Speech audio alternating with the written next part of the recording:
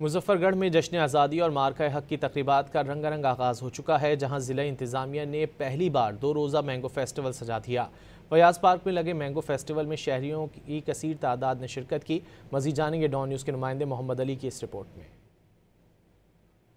Deputy commissioner Muzaffargarh Usman Tahir Jappa, MPA Mohammad Ajmal Chandia और MPA own Hamid Dogar ने festival का इफ्तिताह किया। फेस्टिवल में 35 से जायद बागबानों ने अपने स्टॉल सजाए। आमों की 18 से जायद आला इकसाम नुमाइश में मौजूद हैं। इस मौके पर आम से तैयार मैंगो स्क्वाइश, पाउडर, खुश्क आम और खादें भी अवामी तवज्जो का मरकज बनी। आम की काश्त, हिफाजत और ई-कॉमर्स फरोख्त से मुतल्लिक मालूमाती लिटरेचर भी मौजूद हैं। मुजफ्फरगढ़ का जो मैंगो है, इसकी एक पहचान देने के लिए हमने यहाँ पे मुजफ्फरगढ़ मैंगो फेस्टिवल का इनेकाद किया, जो कि पहला है।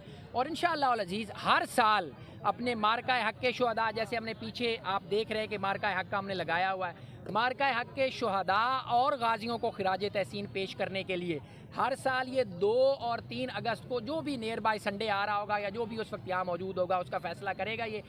मुजफ्फरगढ़ में आम जेरे काश्त रकबा मुल्तान से भी ज्यादा है। फेस्टिवल में ई-कॉमर्स तरबियती सेशंस भी रखे जाएंगे ताकि मुकामी बागबान अपनी पैदावार आलमी मार्केट में फरोख्त कर सकें। मैंगो फेस्टिवल में बच्चों के लिए झूले और खिलौनों के भी स्टॉल लगाए गए, जिनसे बच्चे लुत्फ अंदोज हो रहे हैं। ये फेस्टिवल न सिर्फ आम के काश्तकारों की हौसला अफजाई का जरिया है, बल्कि मुजफ्फरगढ़ के शोहदा को खराज अकीदत पेश करने और हुब्बुल वतनी को फरोग देने का भी खूबसूरत अंदाज है। कैमरा टीम के साथ मोहम्मद अली, डॉन न्यूज़, मुजफ्फरगढ़।